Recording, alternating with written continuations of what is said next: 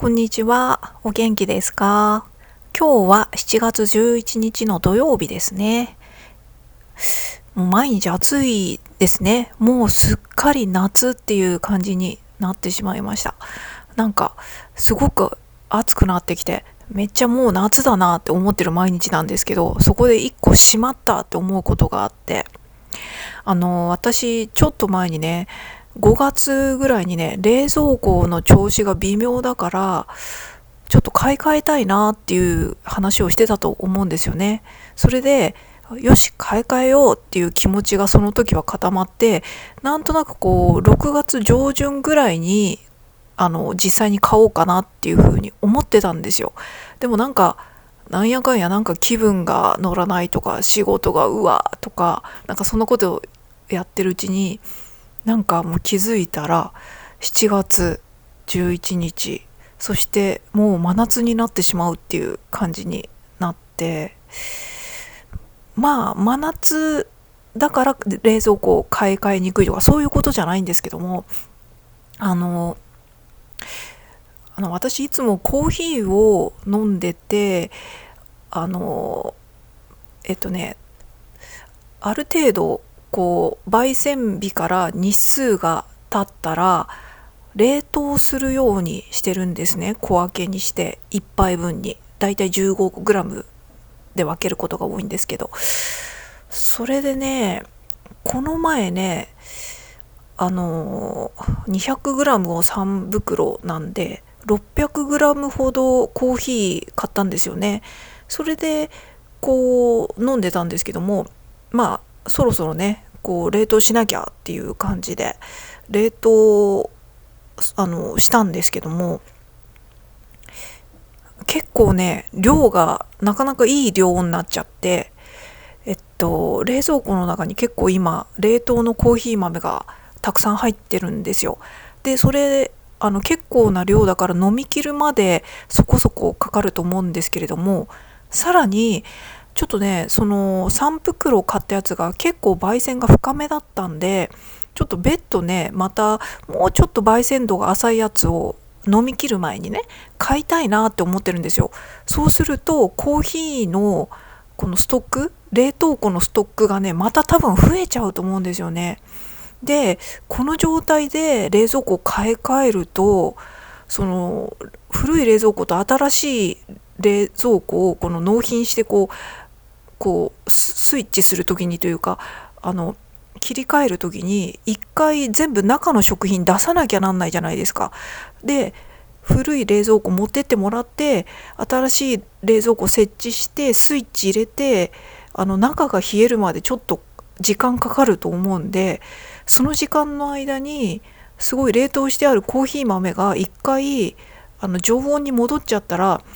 常温とまではいかずともこうちょっと保冷剤とか入れて頑張って常温までにはいかないにしても、一回冷凍された分が一回ちょっとねそうなっちゃうのがすごい嫌だなと思ってそう考えるとね、ちょっと冷蔵庫を買い替えるタイミングをミスってしまったなって思ってるんですよね。だからこれがね真夏だとね、よりその心配なポイントが深くなってくるのでね、せめてねもうちょっと季節が暑くない時期だったらよかったなとか、あとちょうどねコーヒーを飲み切ってて家にストックがない状態の時に、冷凍のねストックがない状態の時にコーヒーじゃないや冷蔵庫を買い替えれたらよかったんだけど、ああっていう感じですね。どうしようかなと思いつつ、もしかしたら夏を越えた後に買うかもしれないですね。なのでこの夏今年の夏の間、冷蔵庫さんには頑張ってもらって、せめて壊れないぐらいには頑張ってほしいなっていうふうに思ったりしてますね。もしくはもう今月中ぐらいにって買っちゃうとかね、ちょっと壊れちゃったら困るっていうのがあるんでね。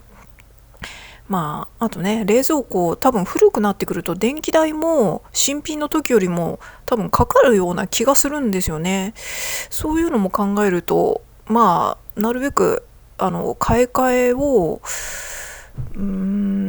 早くした方がいいような気もするし、そんなことをねちょっとうだうだっと最近考えたりとかしてました。あとね、そうだな、最近はそう前回はねちょっと体調が悪かったんですけれども、ちょっとメンタルが下がっちゃったのと同時に生理も来ちゃったっていうのがあって、それでダブルパンチでちょっとベッドから起きれなくなっちゃったっていうのもあると思うんですよね。ただね、その生理っていうのも私もう閉経間近なんで、今回の生理もね多分45日ぶりぐらいに来て、それって結構普通か。そんなにすごい空いたわけじゃないんですけども、あとねもう経血がほとんどないっていう状態なので、なんていうのかな、もう3日ぐらいでサクッと終わった感じ。しかも大して経血も出てないしっていう感じで体調もねだからその生理における不調っていうのも、2日3日ぐらいですぐさっとなくなって、今はね通常通りになって、で同時にね天気も昨日今日とか雨も降らずにいい感じだったせいか、メンタル的にもね結構普通に戻ってきたっていう感じなんですよね。それで昨日とかもねちょっと仕事をしてて思ったのは、結構仕事頑張れるか頑張れないかって、この体調、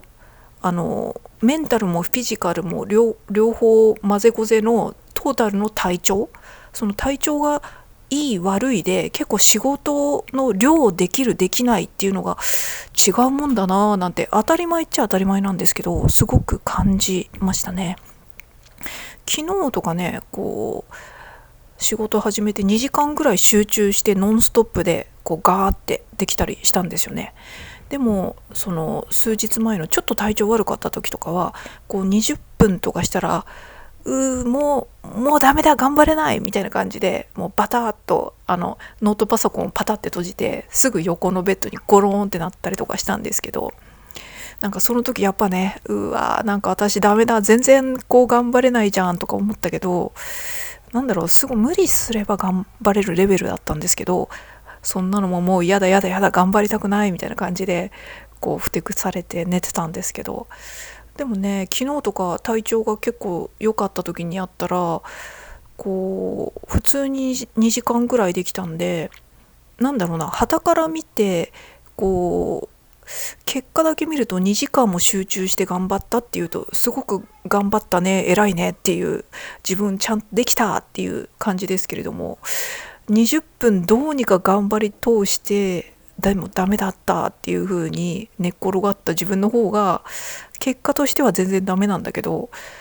なんていうのかな、このカロリー的にはっていうんですかカロリー的にはその20分頑張った時の方がカロリー使った感じ、大変だったっていうかそういう感じですね。集中して2時間やったのはそんなに体も負荷もかからないというか、やった分だけのこの体の疲れっていうのはありますけど、すごく辛いっていう感じではなく、ただ疲れたっていう感じなので、やっぱりねそのベースである自分のコンディションを整えるっていうのが第一にした方が、効率もいいんだろうなっていうのは思いましたね。そんな当たり前のことなんですけども、改めて感じるっていう感じなので、本当にダメだなって時はもう休日っていう風に思い切っちゃった方がいいっていうのは、それがやっぱいいんだろうななんて思ったりしながら、ちょっとダラダラここのとこねしたりとかしてましたね。なんか喋ること他になかったかな。そうそう、あとねこの肩、去年ぐらいからね肩関節がちょっと痛い、肩関節の痛みっていうのがあって、一時期結構痛みがひどかったんですけど、でもただね四十肩とか五十肩って一般的に言われるような、もう痛くて上げられないとか眠れないとか全然そういうレベルじゃないんですよ。ただ上にグイーって上げたりどっちかっていうと上に上げた状態でこう後ろにこう回す、後ろにこうグイグイするような角度がすっごい痛かったんですけども、なんかねそれが1ヶ月ぐらい前にちょっと良くなってきて、なんかね動画でも喋ったと思うんですよ。確かサムネに四十肩って文字入れたから、それを見れば大体いつぐらいかは自分でもわかると思うんですけども、その時に比べてさらにねちょっとだけ良くなった気がするんですよね。だからねこの肩の痛みっていうのが一気に引くっていうよりも、本当にものすごく少しずつ少しずつこの痛みが引いてってる感じなので、もしかしたらね今年の年末ぐらいにはすっかり良くなるとかね、そういうペースで良くなってるんじゃないのかなっていうふうに思いました。ちょっとね原因は分かんないんですけども、個人的にはこれも更年期の症状の一つなんじゃないかなっていうふうに思ったりとかしてますね。だから肩関節の中のなんていうんですか、関節内のなんとかっていう液体とか、そういうのがホルモンバランスとかのね変化によって少なくなったりとかしたりとか、炎症を起きやすく肩関節の周りの筋とかねになったりとか、そういうのがあるのかななんて思いましたね。で毎朝やってる朝ヨガのおかげでその肩周りのストレッチもねそこそこ習慣的にやってることになってるので、もしかしたら私の場合はそれが功を奏してこの四十肩なのか分かんないけど、この更年期の一つとして現れる肩関節痛っていうのがすごくひどくならずに済んで、今こう落ち着いてきだしてる感じなのかななんて分かんないですけど、そういうふうに思ったりとかしてますね。そのストレッチとかこうヨガっぽい動きとかそういうのもそうなんですけども、毎朝ね私そのヨガをやる時の前の準備運動、ヨガ自体がねすごいこうハードじゃないストレッチ的な朝ヨガなので、それ自体が準備運動な気もするんですけど、さらにその準備運動で筋膜リリースのローラーを使って特に腰とか肩周りとか背中肩甲骨のあたりとかをほぐしてからやるようにしてるんですね。なんていうか関節が少し詰まっちゃってる感じがするんで、そういうところをゴリゴリしてこうゴキって伸ばしてやるようにしてるので、あとさらにゴルフボールを使ったゴルフボールを5つ6つだかな、こう合わせたやつでちょっと肩関節じゃないや肩甲骨をゴリゴリするのにいいやつがあるんですけど、自作なんですけどねそういうのでちょっと軽くゴリゴリしてからその関節周りとかをきっちりこうなんていうのかな、こう関節と関節の間を伸ばしてからこうやるようにしてたりとかしてるんで、もしかしたらそれとかもこの四十肩みたいな激しいのにならずに済んだ要因なのかななんて思ったりとかしてますね。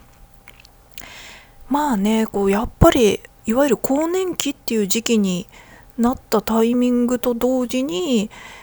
ほてりとかねちょっとしためまいじゃないんだけど、私の場合はめまいっていうよりも乗り物酔いみたいな軽い乗り物酔い、そういうちょっとした気持ち悪さとか、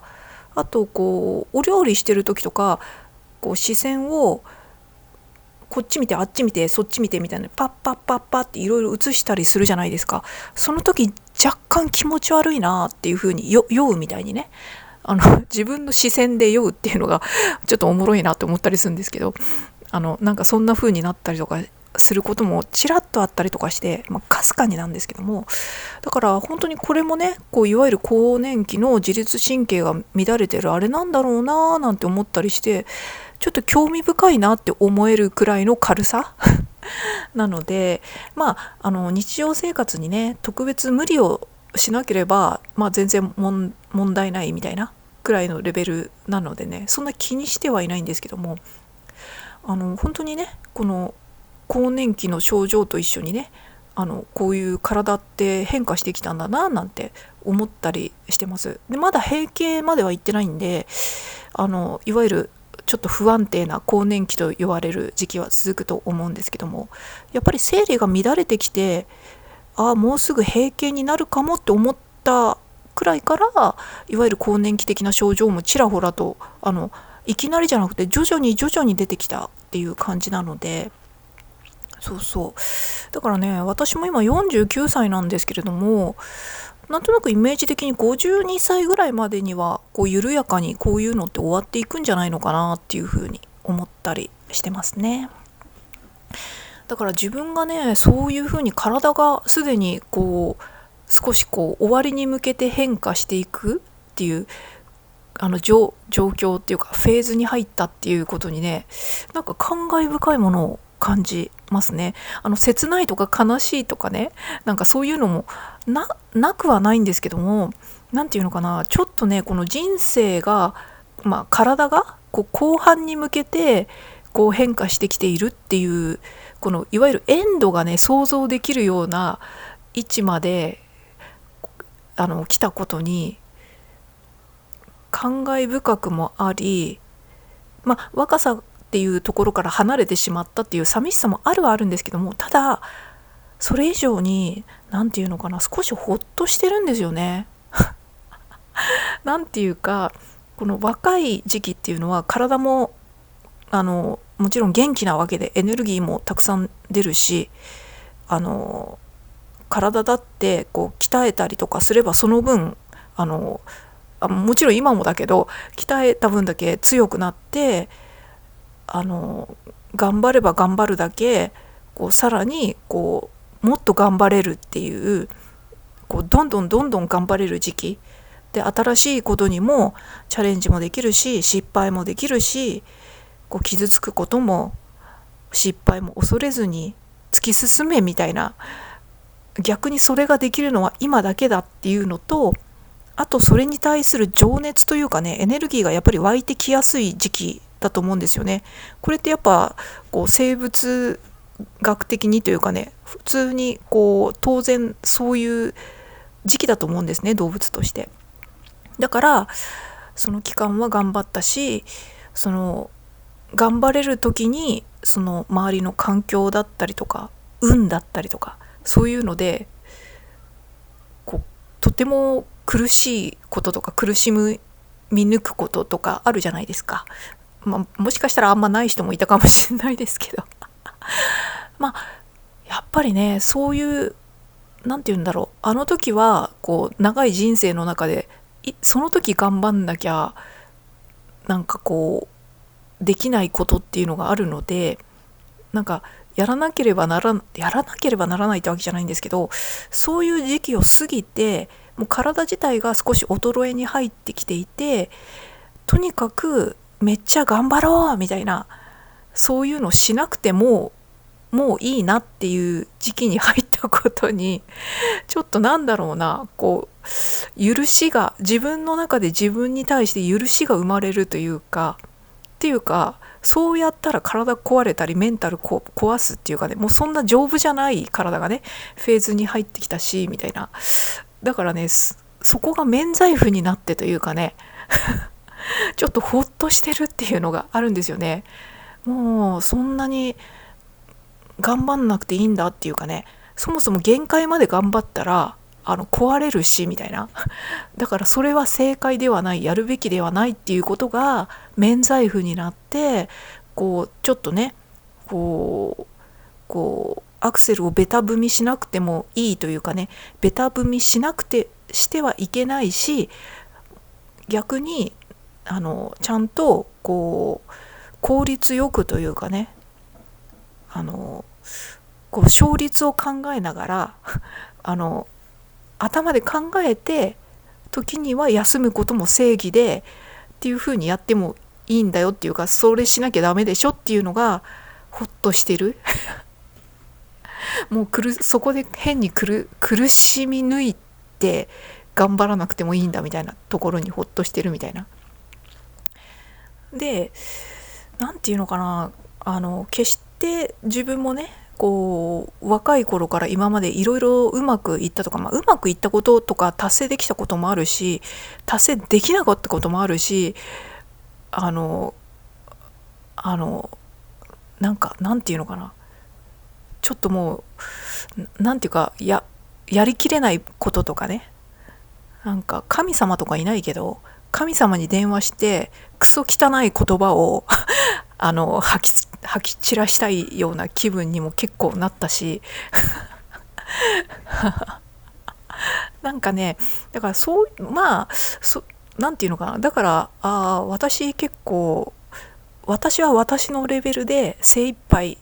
後悔がないくらい生きたよねっていうところがあるので、ある意味この先すごく後悔ないように生きなきゃっていうその枷みたいのはないみたいな。この先はマイペースで生きてもいいっていうフェーズに自分の中で入ったというか、私は長生きをするつもりではあるけれども、今何らかのハプニングでパタッと命が終わっても別にそんなに後悔することはないかなって残念だったなっていうのは思うと思うんですよ。でもあしとけばよかった、こうしとけばよかったっていう後悔は多分ないだろうなっていうのはあるんですよね。なんていうか、それはうまくいったとかそういう意味じゃなくて、全然こう報われなかったなとかいうこともあるんですけど、別にそれは後悔じゃないんで、その時もこの苦しみ終わったことだったりとかするので、そういう意味でもうアラフィフぐらいな感じでマジでマイペースでいけるなっていうのはありますね。ただね、前回とか最近言ってるように、国保の金額が大変とかね、こうなんていうか、もっとこうなんていうか、普通に金がねえわ困るわみたいな貯金切り崩してって、この切り崩しのペースが続いたらいつまで大丈夫かなみたいなどうにか挽回しないとなみたいな、このマイナスに下がっていってるのを少しこうまたこうプラスにこう貯金額を上げていけないとどうしよっかなみたいなね、そういう身近な悩みはありますね。でも自分がねこう元気になればアイディアも湧くし、なんかこう若い時みたいな情熱とか湧き上がるエネルギーでのチャレンジとかじゃないですけれども、やっぱりね今からはマイペースで生きつつ、特に私はね会社員を辞めて今個人で自分でやろうと決めた仕事を何で稼ぐかっていうのを自分で決めたり探してる感じなので、ある程度そこにね自分がやりたいという部分を選んでもいいっていうそういう自由度はあるんですよね。このやりたいことをやって生きていくとか、何甘いこと言ってんだっていう考えもあるかもしれないですけども、私としては逆にね、自分でこう個人事業主としてやるんであれば、やりたいことの方が明らかに馬力が出るというかね、そういうのがあるので、結果的には勝率は上がると思うんですよね。そういう意味で真剣にやりたいことにはある程度トライした方が、たとえそれが、初期投資で少しお金を失ったとしても、そんなこと言ってうじうじしてるうちに60歳70歳80歳ってなって、あれってなったらちょっとね、召される時に私50歳ぐらいの時にうじうじしちゃったけど、あの時もうちょっとなんかこうしときゃよかったらどうなったのかなみたいなね、風な軽い後悔も生まれるだろうし、だからといってね捨て鉢で今やるわけじゃないので、自分でねきちんと勝率があるかどうかとかね、そういうのを分析した上でトライするぐらいのね大人なあれはあるので、そういうのはしていきたいかなっていうふうに思ってますね。別に明日の米がないわけじゃないんで結構なんていうのかな、ある意味こうなんていうのかな、攻めた生き方かもしれないですけど、でもまだねまだこうすぐどうにかなっちゃうわけじゃないので、やっぱり自分が元気でいればどうにかなるっていうのは意外と真理だったりとかするので、自分のメンタルを落としすぎないことが一番、結構お金以上に結構これが大事かなみたいな。健康貯金、メンタルもフィジカルも含めた元気があれば何でもあるっていうのは結構真理だなっていう風には感じてるので、そんなことを感じたりとかしてますね。季節の変わり目だったりとかしてちょっと最近メンタル落ちたりとかしましたけれども、そこはね無理をせずに、ここでね変に無理したら結局その無理した期間の50倍ぐらい動けなくなるっていう可能性もあるので、マイペースでやっていこうかなとか思ったりとかしてますね。なんだろう、だからって別に今日もすごく頑張って仕事しようとか思ってるわけじゃないんですけど、今日もねまだ2時間ぐらいしかやってないですけど、なんだろうな、体調的に結構ね1日のうちに4時間とかやった時点で毎日ねすっごい疲れるんですよね。でもしかしたらこれも少し体調の部分も関係してんのかなと思って、そうそうだから疲れたっていうのをもうちょっとうまくコントロールしながらねやっていきたいなっていうには思いますね。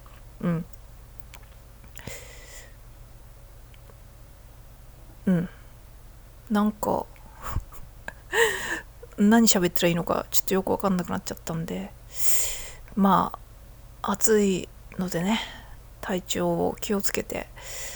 アイス食べたりビール飲んだりするのが